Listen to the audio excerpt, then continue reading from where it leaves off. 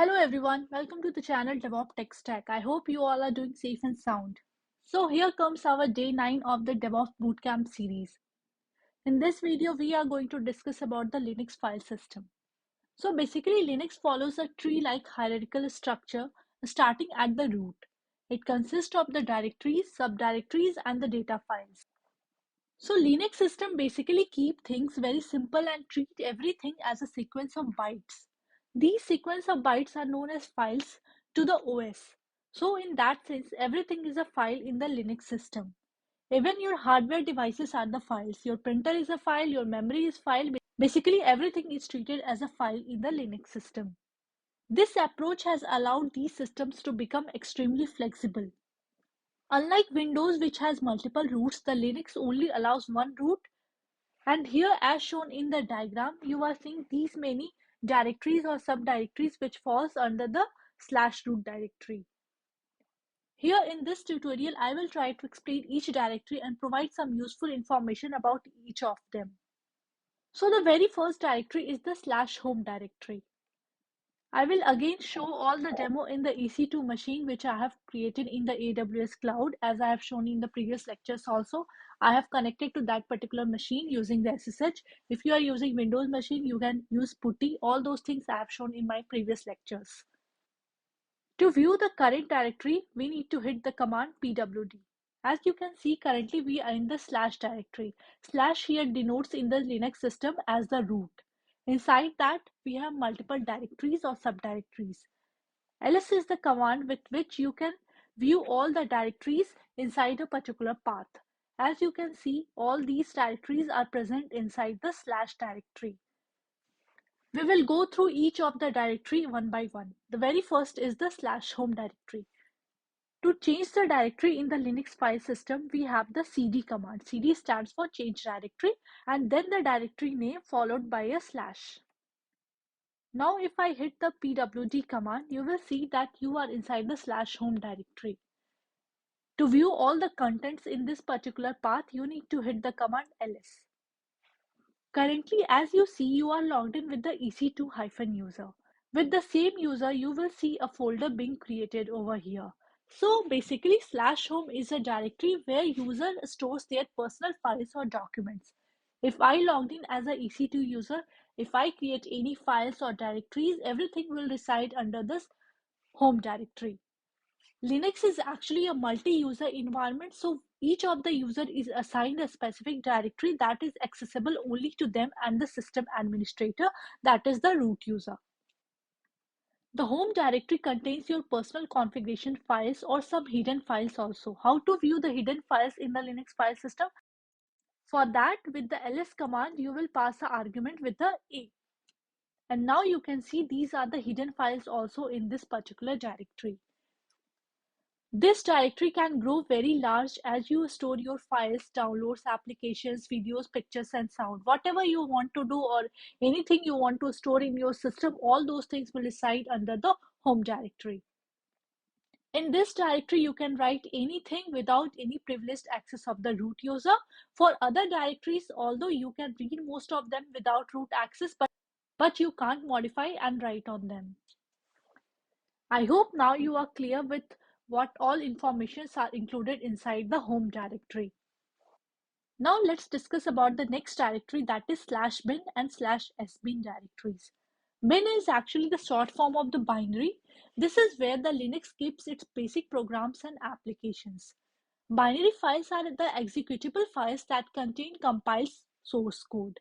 Almost all the basic Linux commands like what we executed just now, like ls, cat, pwd, everything, all those binaries are kept under the /bin directories. The binaries on this directory must be available in order to attain minimal functionality for the purpose of booting and repairing a system. Let's get back to our terminal and see the content inside the bin directory. First, see where we are, pwd. We are inside the /home directory. To go one level back in the Linux file system, we have the cd ... command. Again, you type pwd. Now we are inside the / directory. Now we need to go under the bin directory, cd/bin. Again, type ls over here. You will see these many binaries are available inside this particular directory. The most common, as I told, are the ls, ssh, then pwd. Everything will come under this bin directory.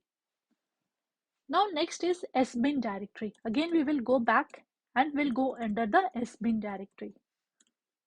Again, type ls over here and you will see these many contents in the sbin directory. What is sbin? It is actually the short form for the system binary. Similar to bin, it is also a place for storing the executable programs. But these executable programs are essential for the system configuration, maintenance, and administrative tasks. Mostly these are being managed by the root users. Linux has maintained its system in such a way that normal binaries are kept in the bin directory and all the system binaries are kept under the sbin directory. In short, this directory is reserved for the programs essential for the booting, restoring, and recovering. For example, see you have some system level binaries related to shutting down your machine. For that, you have one binary shutdown. Once you hit this particular command in your Linux machine, it will shut down your machine. Now let's discuss about the /usr directory. USR basically stands for the Unix System Resources. It belongs to the user application and it contains all the user level binaries, their documentation, libraries, header file, etc. Any application installed here is considered a non-essential for the basic system operation. This directory is basically read-only and applications should not write anything into it. Now let's get inside this USR directory. Currently we are inside the sbin directory. Let's go one level back. pwd, ls, and then go inside the USR. Again, we will type ls over here and you will see these many subdirectories are inside the /usr directory. What are all these directories? The very first is the bin directory. So inside this USR bin directory, it contains all the majority of the binaries on your system. Like you will have VI application or Firefox or curl, dpkg, all those package managers tools, everything will be inside this bin directory. So all these package manager tools and everything additional whatever you are installing, all this will come under the USR directory in a subdirectory called as bin.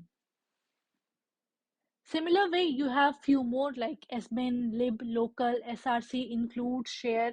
All those things are the subdirectory which comes under the USR directory. I will not go into deep dive of all these subdirectories, but I will give just a basic idea on how this overall subdirectory works. The very first is the sbin, which contains all the programs for the administrative tasks. They need the privileged access to run any of the commands over here. Then we have the lib inside this USR directories that basically contains the programs libraries. Libraries are basically the collections of frequently used program routines. Then we have the local. The local basically contains the self-compiled or the third-party programs. This directory is similar in structure to the parent USR directory and it is recommended to be used by the system administrator when installing the software locally. Then we have the SRC. It contains the kernel sources, header files, and the documentation. Then you have the include directory, which contains all the header files necessary for compiling the user space source code. This was a high-level overview on what all directories exist inside this USR directory. The next directory is the /etc directory. What it contains all the system-wide configurations you are storing in this Linux system. So if you have a system-wide application on your Linux, you can find all its configuration files over here. Let's get into the /etc directory. Do ls over here. We'll see all the configuration related files. All the dark blue names are the directories and inside each one of them there is a configuration file. As we have seen in the previous lectures also, if we want to see which version of the system we are using currently, we have a file that is cat etc os release file. Inside that we can view the content of that particular file and we can verify which particular operating system we are currently using. How to view that? Cat etc os release. Here you can see that you are using an Amazon Linux machine, version is 2. So basically all the configuration related files are placed inside this particular etc directory. Inside that you have some few subdirectories also, and inside that particular subdirectory you will find few configuration files. So all the configuration related files will be inside this etc directory. Now let's discuss about the next directory, that is /opt. OPT stands for optional. This is where all the manually installed software resides. For example, if you have installed Zoom or Skype or any additional software, if you have installed in your Linux system, all those things will reside inside this /opt directory. These are few of the directories that are quite frequently used in the real time, but we have few more subdirectories, that is a snap directory, then we have lib directory. What are all they? The snap directory are the directory where your snap packages are stored. Snap packages are the self-contained packages that don't depend on any other packages, dependencies, or libraries. Then the next is lib directory. What is that? Lib stands for library. These are the library files or directories. These library files are the programs that are shared among other binary applications.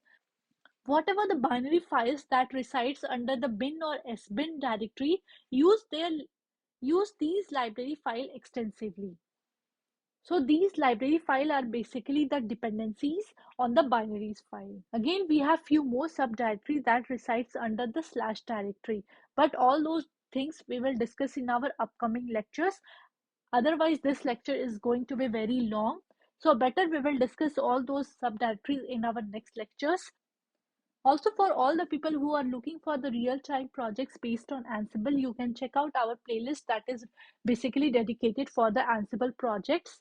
And also do let me know in the comment section which all technology you are looking on this channel going forward. Till then, don't forget to like, share, and subscribe to the channel DevOps Tech Stack for more such informative videos. Thank you.